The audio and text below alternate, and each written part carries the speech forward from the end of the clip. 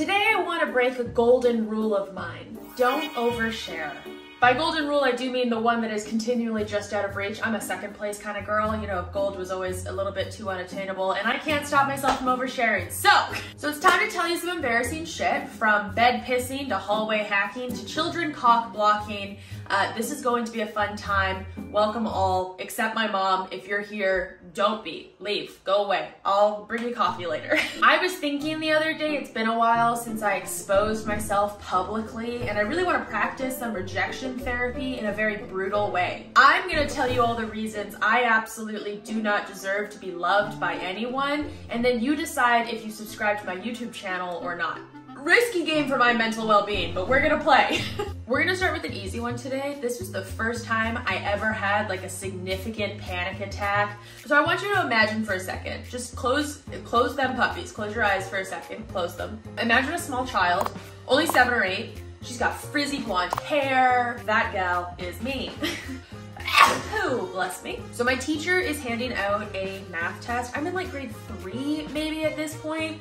And if you know me at all, math is like probably top 3 least favorite things in the world. And so as I'm reading over the questions that I'm about to attempt to answer, I start sweating. And I do mean like sweating. I kind of felt like, you know, that one uncle that always gets like the meat sweats after a roast dinner. I looked rough. So I get up and I walk over to my teacher and I'm like, hey, I don't feel so good.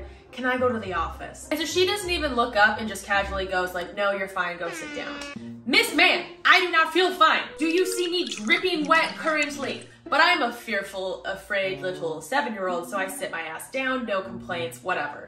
20 seconds later, I feel dizzy, I'm like short of breath, I can barely see. I have never felt worse. And my 7-year-old body is like, I'm for sure about to be at the gates of hell. I knew I wasn't gonna be in heaven at this point, so gates of hell. And so me being terrified, I get back up, go to my teacher, and I go, no, I really don't feel good. And she's like, okay, fine, like go to the office. So I make it to the classroom door, and all of a sudden, lights out, no more vision, cannot see anymore. And then bam, I slam into the side of the wall, and I just kind of like fall down the wall onto the ground, and I just slither my way back up as if I wasn't totally collapsed in the hallway. Still could not see at this point, and I go back into the classroom somehow, get back in there, and I go, I can't see! And apparently, those are the magic words for a teacher to go from you're fine, sit your ass back down to this child is dying, everyone else fend for themselves. Because she throws my body down into her wheelie chair,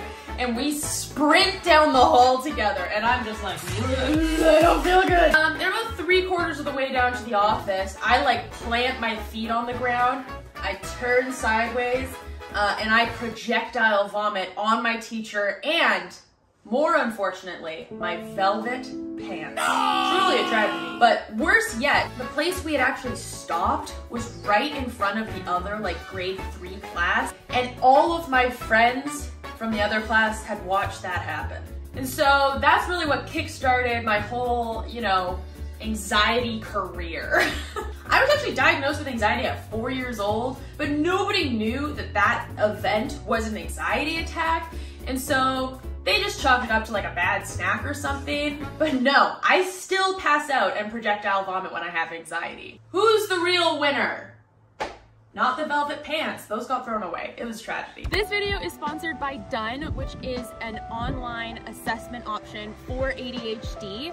All you do is a 30-minute call with a specialist, and they will let you know kind of what's going on. And it's only $99, and so it makes the ADHD process a lot easier and manageable when the treatment options aren't super expensive. So thank you, Done, for sponsoring this video. So I feel like we need to work our way up age-wise with these stories. So now we're gonna jump forward to 13 or 14-year-old Haley. This is prime time tomboy Haley. But anyways, so I traveled with my family to Plymouth, England. It's essentially the Vancouver of England. We are renting out this like, I think it was like an Airbnb style thing where it was like a little townhouse, and me being the only daughter, I get the sickest room in the house. Not really. I just had 2 beds in my room, and at the time I was like, that is the coolest thing ever. Does life get better? Randomly one night, I am cozy in bed number 1. I can vividly remember this dream I ended up having because of the events that followed, so strap in for a second and imagine this. I was, for whatever reason, inside of my neighbor's house, who happened to be Jehovah's Witnesses. Bless their souls, they're the only reason I ever had any copy of the Bible in my hands, and they also introduced me to VeggieTales. So like, foundational moments of my childhood. But in this dream, I was in their house and I wandered to their kitchen and I pulled out a pot from their kitchen. What's she gonna do? This is exciting. Make mac and cheese? Is she gonna start cooking something? No, she's gonna piss in it.